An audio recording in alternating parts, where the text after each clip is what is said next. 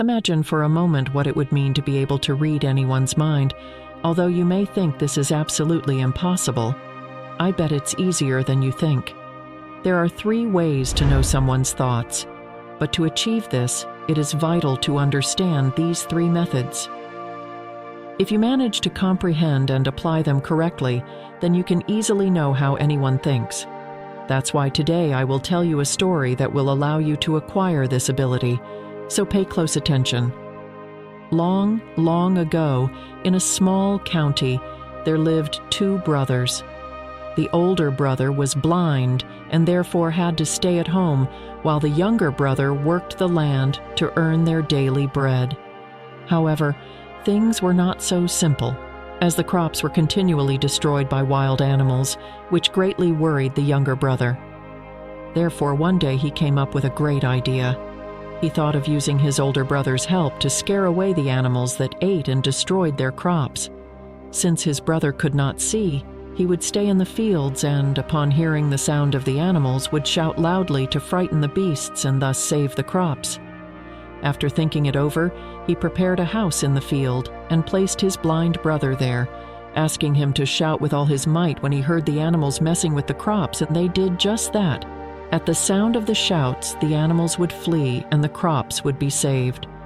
The older brother happily agreed, and from that day on began to stay in the field. When the man heard the sound of an animal, that was the moment to shout loudly, which made the beast flee immediately.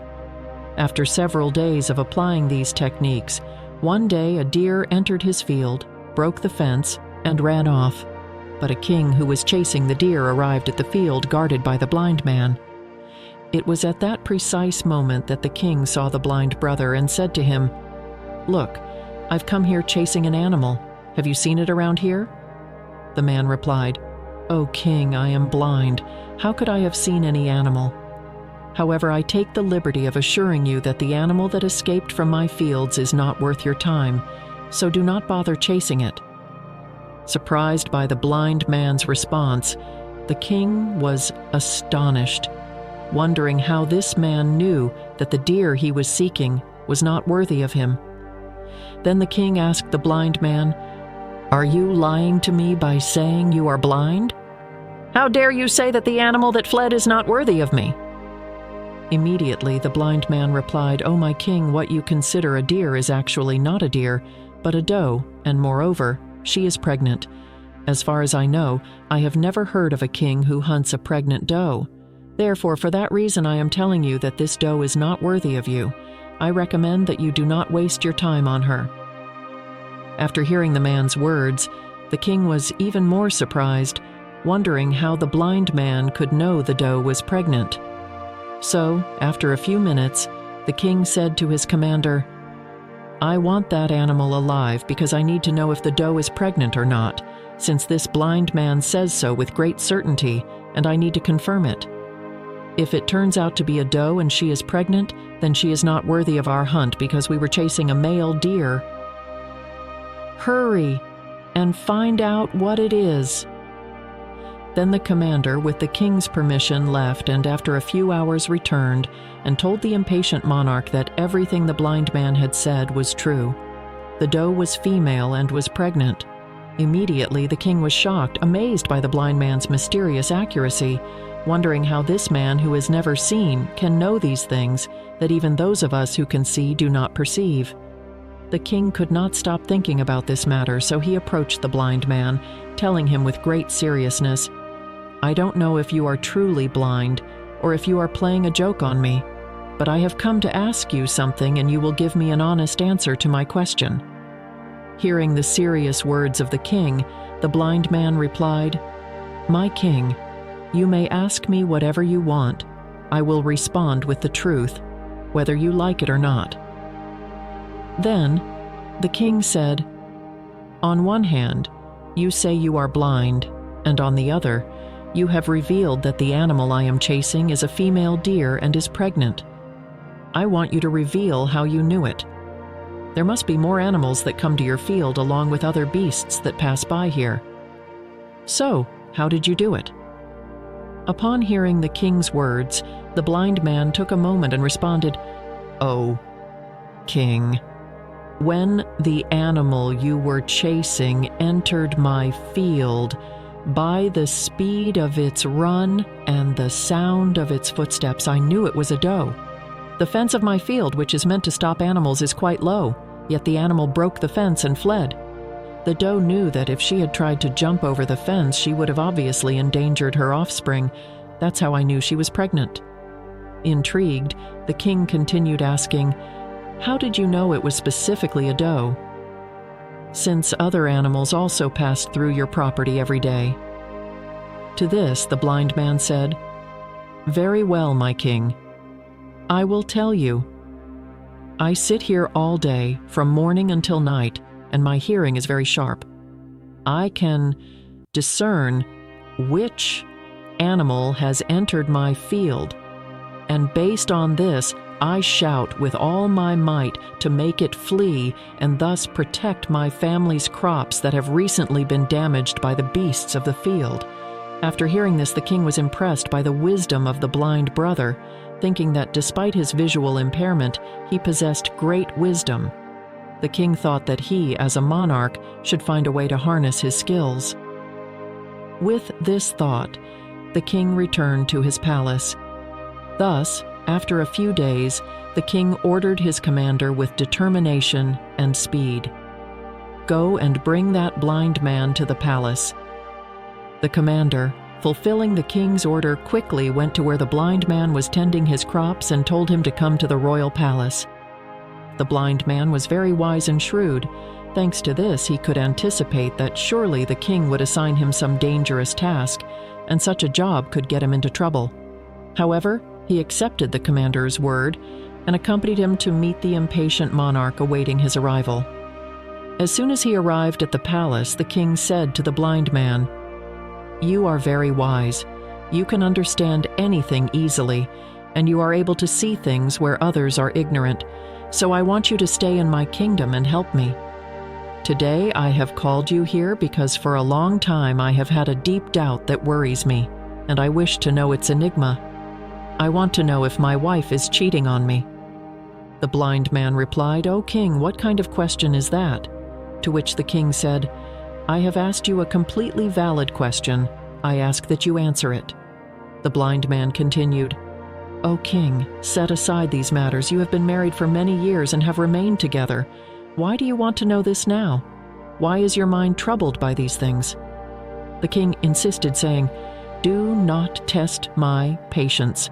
Blind man, you must give me an answer to this question.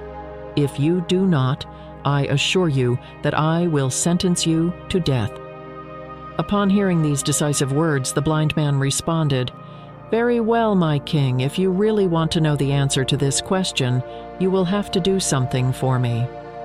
The king asked, "Tell me, what do you want me to do for you?" To which the blind man responds, "To know for sure whether your wife is unfaithful, you will have to leave your wife alone with me in a room." Hearing this, the king was greatly upset. How could this blind man ask for this? What was he trying to do? But after thinking it over, the monarch accepts the blind man's request and orders his commander to leave the man and his wife alone in a room for a few minutes. Now the king's wife and the blind man were alone in a room. When the blind man says to the queen, "I desire you and can't wait to touch you," the queen immediately becomes upset, who begins to beat the blind man with her hands and feet, knocking him down and kicking him violently. Thus, the queen severely beats the blind man. Miraculously, the blind man manages to escape with his life and comes before the king, stating, "King, your wife is not faithful." Hearing this, the ruler becomes extremely furious and draws his sword heading towards his wife.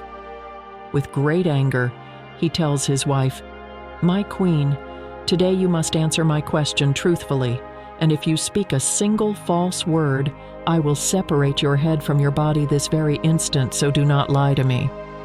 Then the king asks, "Tell me, are you faithful or not?"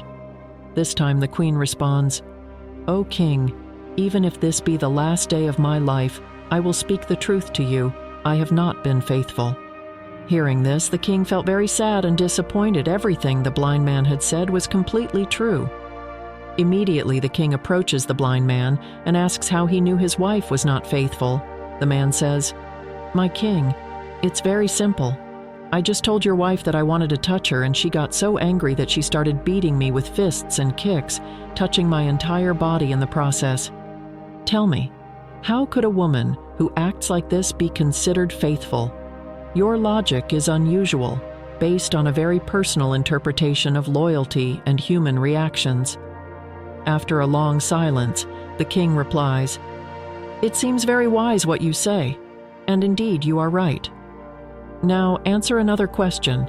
If you answer correctly, you will be in my palace from now on and for the rest of your life." The king asks the blind man whether he was truly the son of his father or of someone else, and the blind man is surprised and responds, "O king, what does that matter to you? Whether I am the son of whomever, in the end, you are the king of this empire, so do not worry excessively and stop pondering questions that will lead nowhere." However, the king insisted, "I need an answer to this question, otherwise it will continue to bother me. I want to know the truth." The blind man continued, "For that, I do not need to see your mother. I can tell you right now whose son you are. But first, I want you to promise me that you will not be angry with me and that my life will not be in danger after I tell you." So the king promises not to get angry, and the blind man tells him, "King, you are the son of your own father, but you have the shadow of a greedy merchant over you." Hearing this, the king becomes enraged, draws his sword, and runs to his mother demanding to know if he is truly his father's son. The desperate man threatens to take his own life if he does not receive an honest answer. "Is it true?" he asks his mother. The lady responds, "You are the son of your own father, but the shadow of a merchant falls upon you. Once, after bathing and looking in the mirror, I saw a merchant reflected behind the glass, and it is his shadow that has fallen upon you." Hearing this, the king is even more surprised and runs back to the blind man and asks, "How did you know that the shadow of a greedy merchant had settled on him?" The blind man pauses and answers, "My king, you asked me several questions and I gave correct answers. If it had been another king, he would have rewarded me generously. But so far you have not given me a single penny. That's why I deduced that you were very stingy."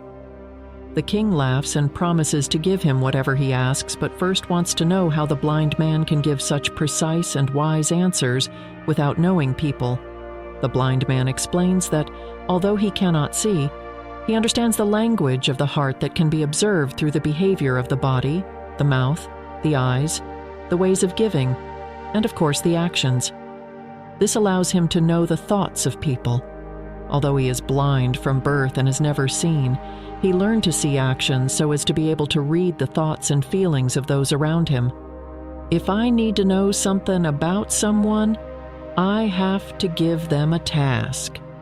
Depending on how they carry out that task, it allows me to know what's going on in their mind." Then the king said, "Does that mean I can also know anyone's thoughts?" To which the blind man responds, "Certainly, king, but before that, you need to work on yourself, calm your mind, and stop dwelling on the past. You must bring your awareness to the present, for which I will teach you 3 methods. These 3 methods are very simple and easy, but before that, you have to do one thing. You need to focus your mind to be able to know the thoughts of others. First, we need to concentrate our mind and bring it here and now. If we are thinking about past events, how can we know what another person is thinking in the present? What they are saying in their mind continuously affirms us in what we are immersed. Often we think too much about past events. Therefore, to know someone's thoughts, we first must concentrate our mind and bring it to the present." Then the blind man confidently tells the king that the 3 rules he is about to explain will easily allow him to know the thoughts of any person. The first technique is to look naturally, but carefully, into the eyes when you speak with someone. My king, it is important to look into the person's eyes and pay attention to them, because the eyes may not speak, but they say a lot if we learn to interpret the signals that people's gazes give off. The truth is, we can know what is going on in their mind, what they are thinking, and what they are about to do. I cannot see, but I learned this knowledge from my master, because many years ago my master had eyes, and could know the thoughts of people just by looking into their eyes to discover their soul. Therefore, if you also want to know what others are saying, you must pay attention to their eyes, where they look, the movement, the depth, the sparkle. These are aspects that will tell you a lot without the person saying anything. If their eyes seem happy, or if there is despair in them, like when we see a thief, we can tell by their eyes that they have made a mistake. In the same way, when we look into the eyes of a cunning person, you can tell that there is mischief in their eyes. This is a very direct and easy way to learn. If you need to know whether the person in front of you is lying or telling the truth, it is essential to pay attention to their gaze. If the person talking to you is moving their eyes from side to side, up or down, left or right, it means they are looking for an exit. They are fabricating a lie to get out of a tight spot. If the person in front of you tries to lie to you, they will not be able to look you in the eyes. Similarly, we learn to read the face, because facial expressions often scream louder than words and allow us to easily understand what is hidden in the mind. Sometimes a person can express a lot just with their face and gestures. Expressions convey different behaviors. If you observe someone's face carefully, you can easily understand if the person is very sad, happy, or disappointed, or if they are going through great pain.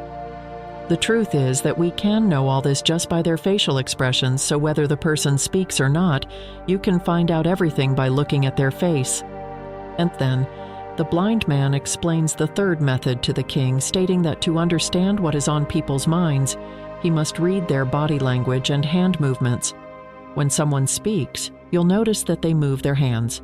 They will always be gesturing with their hands, so it's the behavior of the body, along with their words, that lets us know how much attention they are paying to our words and what kind of response they are giving. If you carefully observe the behavior of the hands, how the person tends to move them, or if they touch their face repeatedly, these many gestures are crucial for understanding someone's thoughts.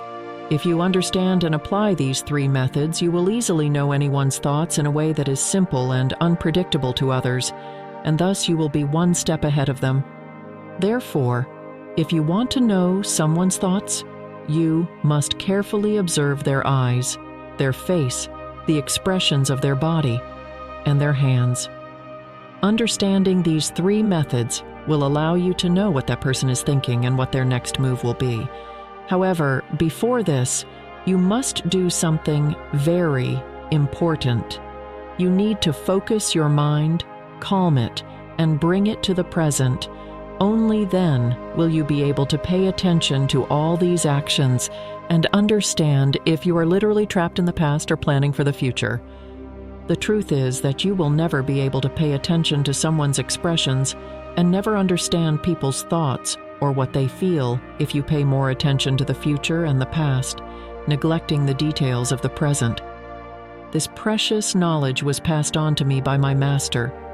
So, my king, if you want to learn this, you will have to spend some days practicing with me. After listening to the extensive but precise explanation of the blind man, the king immediately agreed and appointed the blind man as the royal teacher to be with him every day of his life. The king would become the disciple of the blind man, and, thanks to the wisdom the blind man transmitted to him, the ruler would extend his domains each day, win wars, uncover the plans of his enemies, and above all, understand the minds of people to always be one step ahead of them. Unfortunately, we have come to the end of the video. If you liked the video, support us with your like, subscribe to the channel, and activate the notification bell so you don't miss any of our reflections and stories that will help you on your path to success. Until the next video.